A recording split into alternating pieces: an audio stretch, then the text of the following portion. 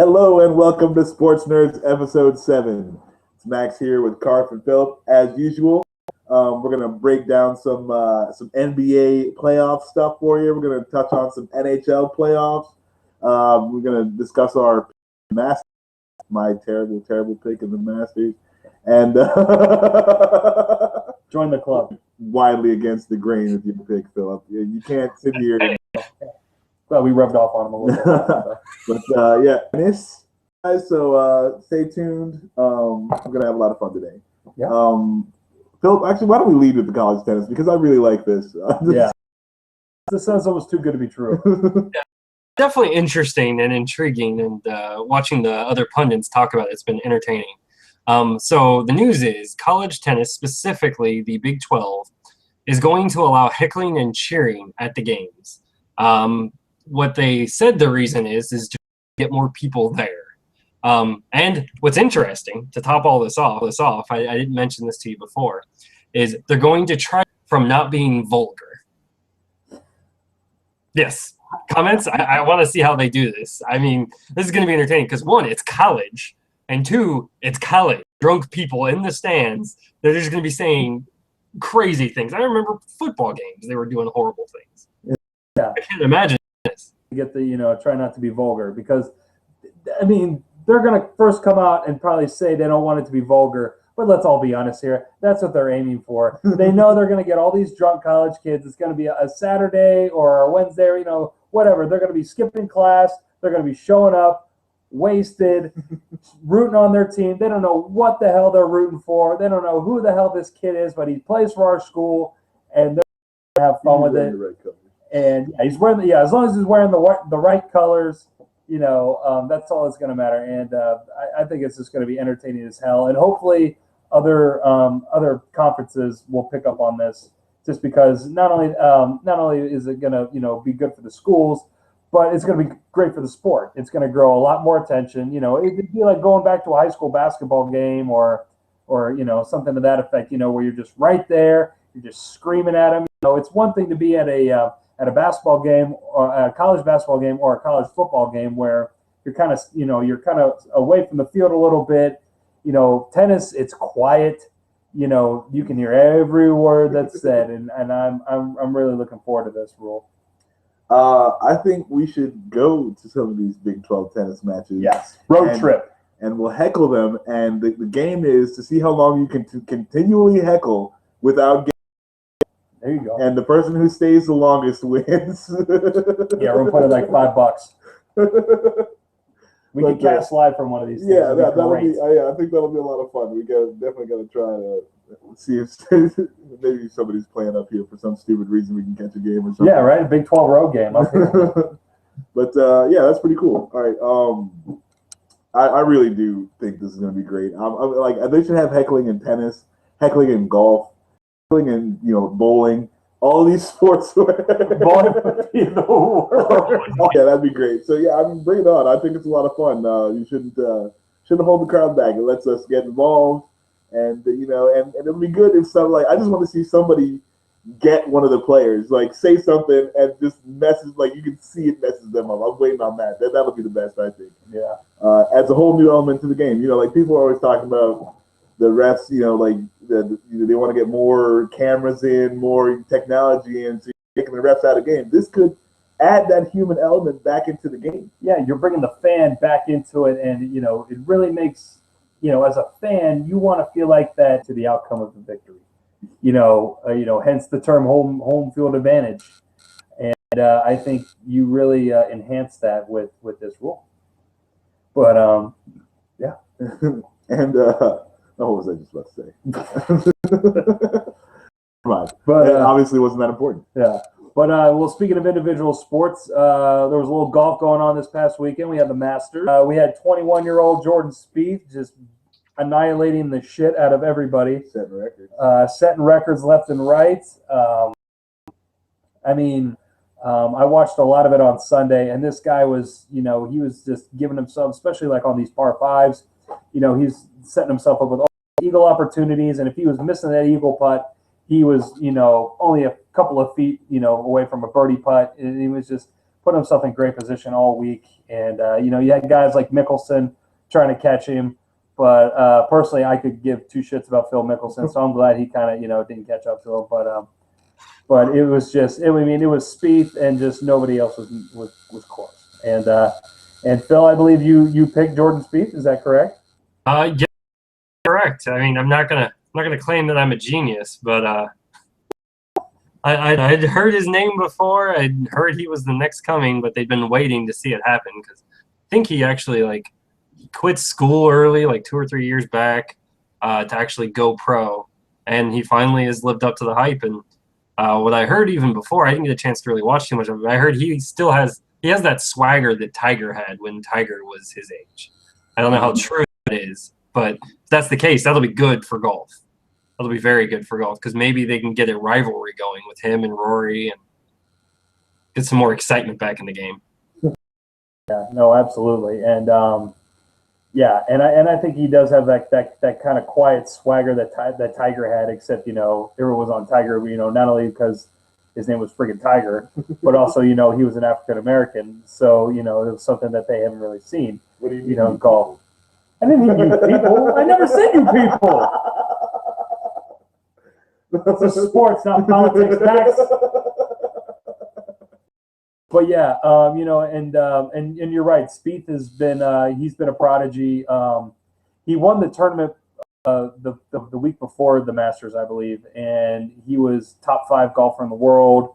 And everyone's just saying this is going to be a matter of time. And yeah, I mean, him, Rory, Bubba Watson, that whole gang of guys, Ricky Fowler. I think it's really gonna, we were last week, how all these new guys coming up are kind of like the new faces of golf. Tiger's more or less now the old guard.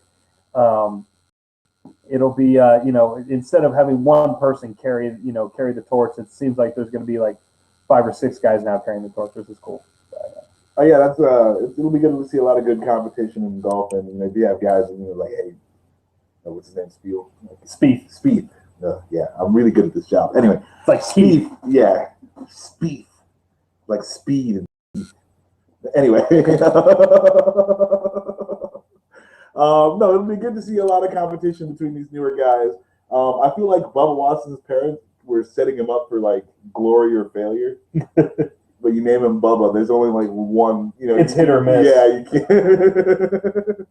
But so yeah, no, it's good. It brings more excitement back into the game. I feel like Tiger Woods was the bridge between the old guard and the new. He's sort of like the Michael Jordan. He kind of took golf in the new direction.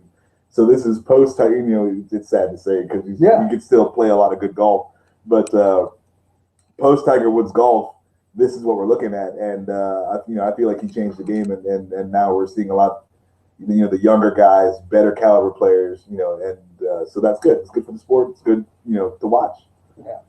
And though, did you hear his new excuse? Why he, well, first of all, he started off slow, and then he went strong.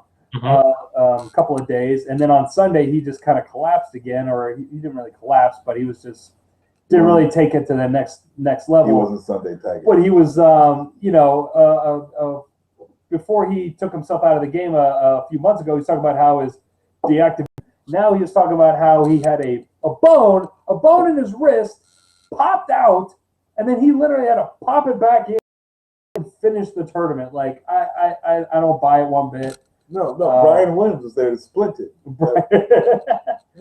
Brian Williams was there with Bill O'Reilly. They were there. But yeah, I just crack medical team. And I think Tiger gets away with it because he's Tiger. But I think anybody else tries to pull that kind of excuse, You think they just get him some hookers and tell him okay, Tiger, just take your hookers. He needs to get on that regimen. No, it's good. I'm glad. Spieth killed it. That was.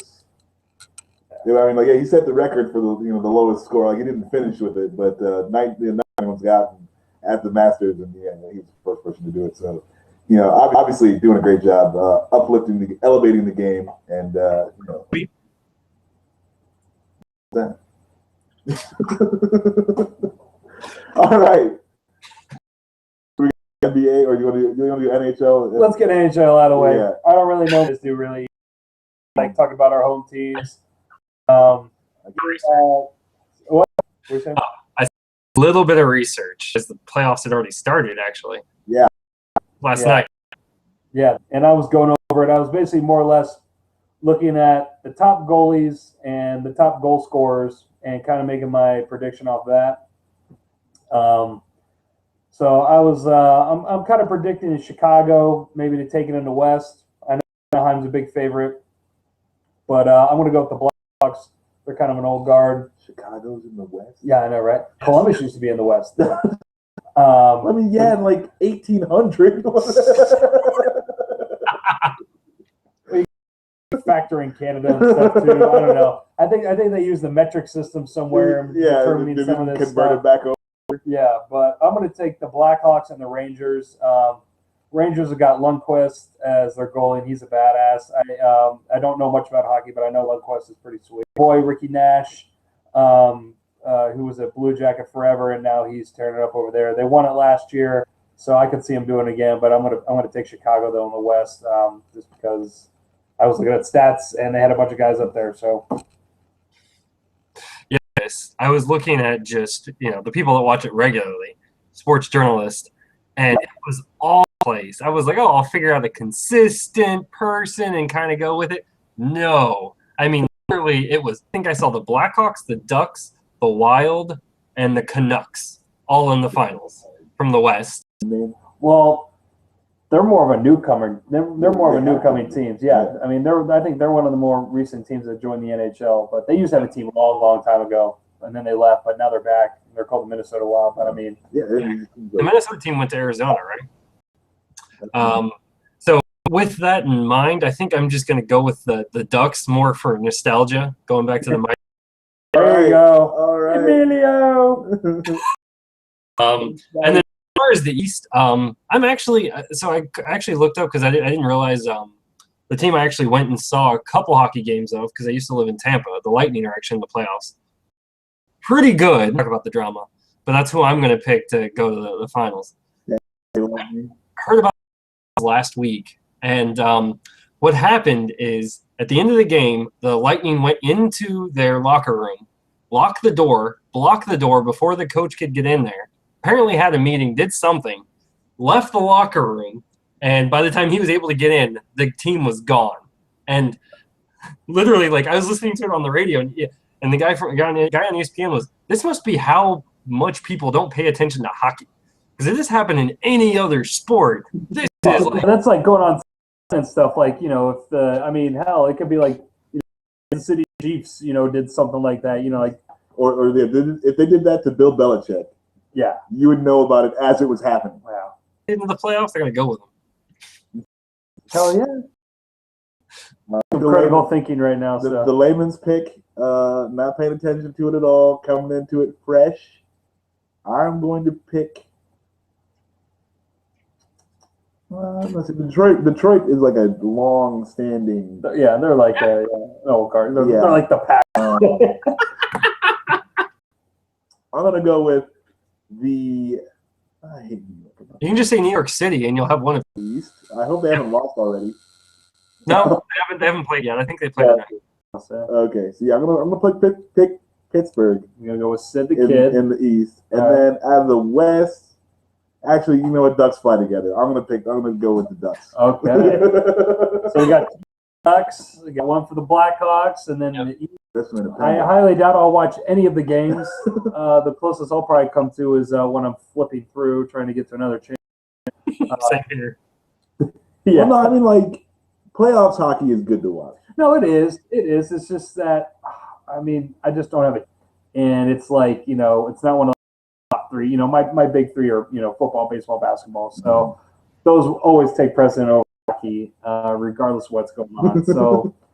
So it's gonna be, it has to be a really lonely night on the TV for me to tune into one, unfortunately, which sounds bad, but because hockey is a great sport and it deserves a lot more attention than it gets. But yeah, I think if the NHL could ever adapt, because I'll be honest, I can watch it occasionally. I like it more live. But he rules, it's not as bad as it used to be. not as much as it basically always reminded me of a boxing match on ice with a. Todd Richards, Blue Jackets coach. Yeah, that's what's up. Yeah. So C-Bus represents. CBJ. It's the fourth best sport. Let's go to basketball. We got the playoffs starting this weekend. And I don't know about you guys, but I'm super pumped to watch the playoffs. Not really so much in the East. I believe the Cavs, I mean, it's going to be their lose in the East. Besides the Cavs, I think the only really interesting matchups, they're very evenly matched. But other than that, I think the West is just going to be where it's at right now as far as watching the games. You get so many good matchups. I mean, even till last night, it was like, depending on who won and who lost, determined everyone between the 2 seed and the 8 seed. And I think it's just going to be absolute dynamite, as usual. I mean, the West has always never failed to entertain us this time of year. So,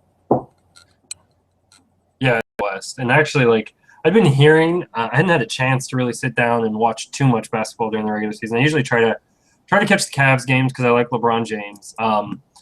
And then occasionally I'll try and catch the Washington games when that's possible. The one that excited me, just because I heard about his name, oh my gosh, and it's Anthony Davis, aka in 12 or 30 and 15. Yeah. Holy crap! All right, maybe we actually have a good big man finally. And to me, that's the most interesting matchup. I don't think the Warriors would lose it, but I think with him, I think they could win 1 or 2 games. I think that there's just too much. They can't guard and Steph, I don't think, for the whole series. So almost of LeBron when he first came to the league, where it doesn't matter who he's playing with, like that one person can kind of win you a playoff series. And it'll be very interesting to see if Anthony Davis can do that, because I don't see really anybody really guarding him as far as on the Warriors side. I mean, you got Bogut and David Lee, but I mean, I don't see those guys. Davis. And it's ironic, you're talking about the amazing night Davis had last night. He made it wasn't like exactly a half. I think it might have been a half court shot not too long ago that put them like half a game up over the Thunder, and that's kind of like what did the Thunder in. We got ESPN going on right here right now. They're talking NBA. Max is looking over there. But yeah, Anthony Davis. I mean, the only thing more impressive about his game is his unibrow. And but I think it's just going to be great, though. I mean, obviously, I agree with you. I think the Warriors are going to win, but I think Davis on their team is at least 1 or 2 wins good. But yeah, no, it'll be good to see how far the Warriors go, just because it is that LeBron situation where you don't have, let's say, it's like you have your one guy, young guy out there making a lot of moves, making a lot of, how far is that going to carry your team? And I'm just, hoping that he ends up a little better. Like LeBron played 7 seasons at Cleveland and drug them to the playoffs every time, and then couldn't make anything from it. But so that's always tough on one guy. But we'll see how that goes. I'm really mostly interested in Cleveland. I love watching LeBron play. So I haven't really been. Again, I don't really pay a whole bunch of attention to basketball. What do you love more, making fun of watching LeBron? Making fun of Cleveland, because more of your go-to thing, you know what I'm saying? Like LeBron's only been around for a decade. 50 years. and it's not just one sport though. Cleveland is consistent. It's every sport. They can't play nothing. It's true. But this is actually like this seems like the time where Cleveland's gonna break out of their shell and actually win something. They have, or maybe not football, Cleveland, but baseball, Cleveland, basketball, Cleveland is actually looking like they can do stuff. Yeah, and it's interesting to see. Hopefully, maybe this year's the year. We'll see. But so I say Cleveland's going to win the whole thing. Nothing else really matters. You don't have to have any more conversation. Who do you got winning the West? The West. We'll go with the Warriors. Why not? The Warriors. Yeah, that's going to be my pick too. I think it's going to be Cavs Warriors. I think the Warriors just have too much firepower, and I don't think anyone in the East can stop the Cavs. What about you, Phil? I mean, I've been looking to try and find somebody that could top the Warriors, because for sure it's the Cavs. I think the Hawks will give them a good game because, that should be the matchup. Should be Hawks-Cavs for the East Finals. The Toronto-Washington game was going to be potentially interesting or potentially horrible, depending on which Washington team shows up. But as far as the West goes, I don't see the Rockets being able to do it. I actually could see them losing to the Mavs. Actually, I wouldn't be surprised. But again, I don't think that's the same issue. So I have to say, you know what? I'm just going to do it. I'm going to go Cavs. If they can slow them down enough, is the Grizzlies. The Grizzlies, that's about it. Because the Clippers would want to play fast, and they couldn't keep up. This was to win in the second or third round. You don't think big, smooth Tim Duncan's going to do it this year? You forgot one word. You forgot one adjective in that. It's old Tim Duncan. Old, smooth Tim Duncan. Like that. Really, truly relying on Tony Parker and Kawhi Leonard at this point. You're gonna get Tim Duncan like a wheelchair that he can roll up to the. Yeah, whatever production they get out of Manu and Tim Duncan's probably going to be a plus. And I agree with you there. I agree with you, Phil. It's really hard to not pick against the Warriors, but if anyone's going to do it, I think it would be Memphis, because they would just slow them down. And Mike Conley he's a hell of a point guard, and I think he can at least match up a little bit with Steph Curry. Maybe not stop him completely, but stop him enough, where his production doesn't go off the doesn't where he doesn't go off. But Spurs are too old. Rockets, they don't really have anybody besides Howard and the bearded man. What's his name? It's kind of do or die with them. I mean, they've been around for a few years now. They haven't really taken that extra step. Then you saw that Chris Paul and Blake Griffin are beefing, and I don't see it. He makes all that money, and you have a problem. So it's okay, this is millions of dollars we're talking about here. Yeah. I'll work with anybody for millions of dollars. Kobe Shaq, man. Kobe Shaq. Yeah, right. I just don't get it. But it worked though. They made it work. Yeah. Well, Michael Jordan punched Steve Kerr in the face. What? In a practice one time. Yeah. Oh. It's just basically get on my level or get the fuck out. So. But then he also fed him the ball for that game-winning shot in the championship game. So yes. Return is what I'm saying. Yeah. Yeah, I punched him in the face, but also we need to win this game. That's why they're called professional. Or at least they play the Clippers Spurs. The Clippers are a much younger, should be more athletic team, and I think that's where you get the even matchup. And I don't see the West, the East, I don't see anything. I mean, I think the Hawks will sweep the Nets. I think the Cavs will sweep the Celtics. How in the world did the Celtics make the playoffs? Didn't they trade away? The Celtics made a last-second shot. What was it? It wasn't last night. It was the night before to give them the victory. And then I don't know. Miami shat the bed. Yeah, I heard that. That was crazy. And the Pacers are in though too, right? Yes. Yeah, the Pacers got Paul back, I think, and I think they're the 8th seed. No, it's Hawks Net. Where'd they go? But yeah, well, speaking of the Nets, though, did you hear about what's his face? He played for Boston. He played for the Nets. Paul Pierce. Paul Pierce, yeah.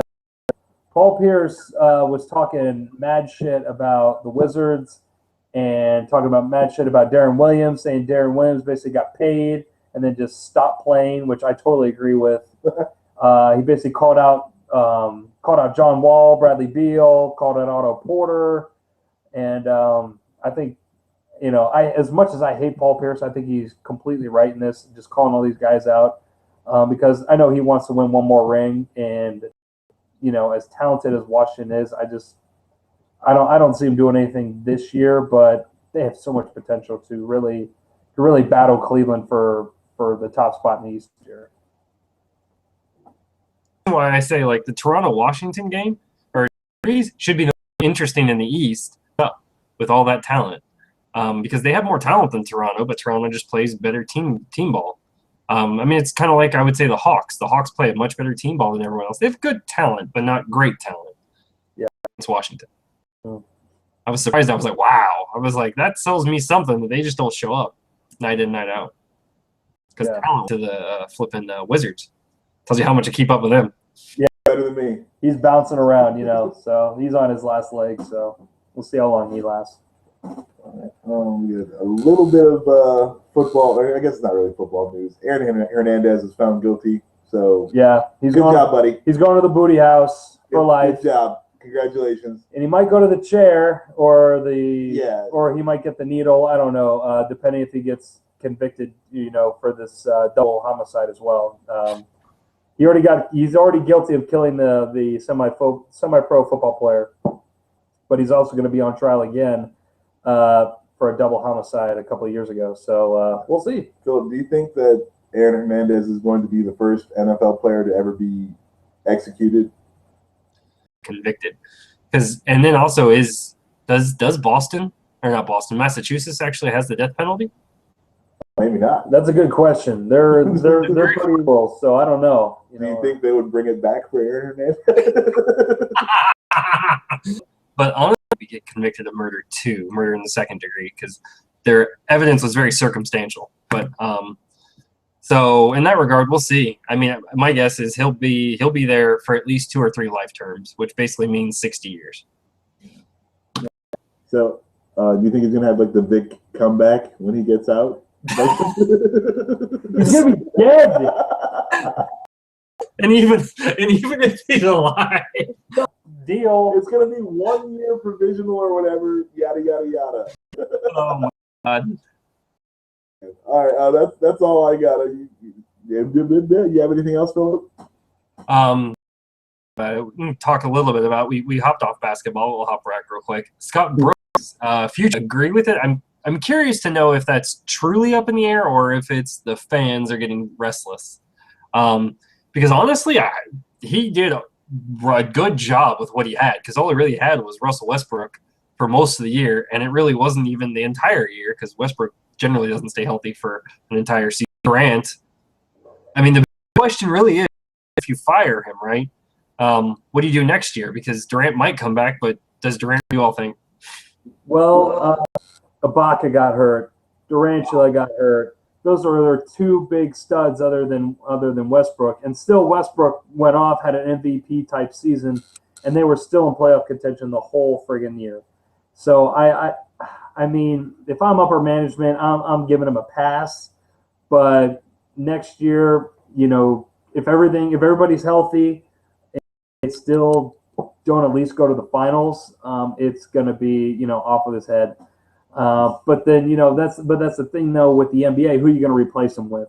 I mean, it's not like there's all these coaches in waiting and stuff like that. So basically, if you get rid of Scott Brooks, it could be a rebuilding year. Especially with Durantula going to be making a decision on his contract, whether or not Westbrook's going to want to stay then, if he seeks a trade, so it could be a huge snowballing effect if they get rid of Scott Brooks after next year, or just next year, and it'll be interesting, that's for sure, and Yeah, there's nothing really else to put on that. It's like. They could pull the trigger on it, but I feel the same with Mike. You can't really fault the guy when 2/3 of your star players are getting hurt, and and you still made it to the playoffs, right? So no, they were just shy. I think they were a half game or something like that. Almost made it. Still doing a lot of good work. I mean, you can't really if half of these guys you thought are going to be there aren't there, like what are you supposed to do? Yeah. So. Yeah, I'd say give him another year. You can't just hang the dude off a bad season. So, but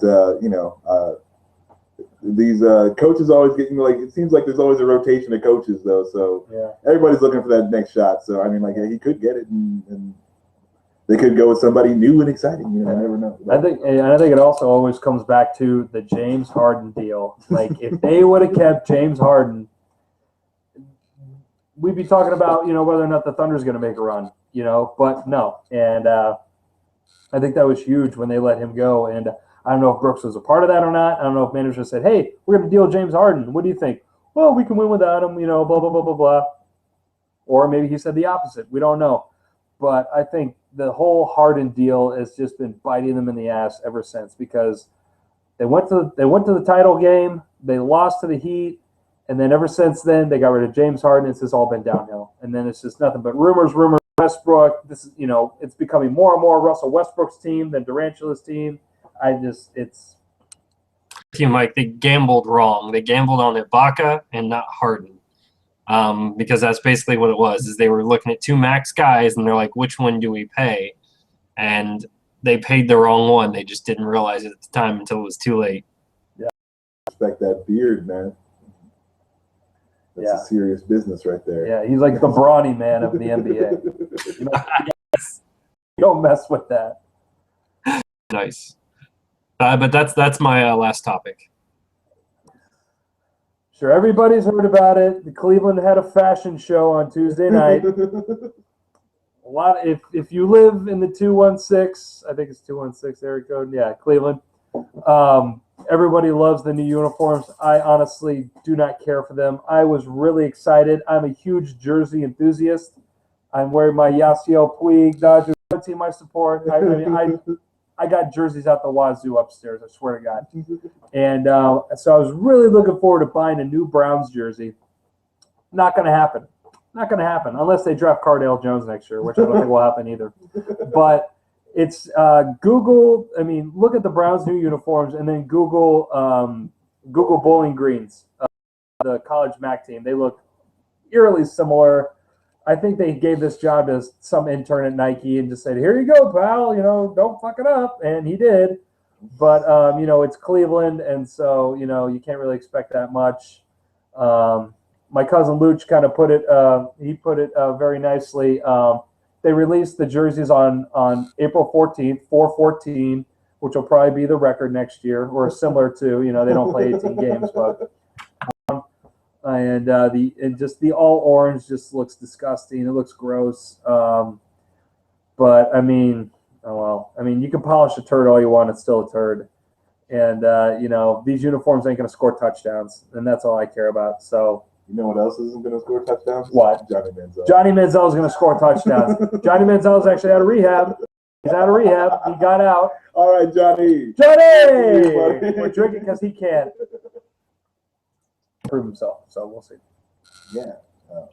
But we will be doing a lot of draft coverage, though, coming up the week of the draft. So stay tuned. Listen to that. I think that's all of the Sports Nerds sports news. I'm Max, Philip, and Carp right here.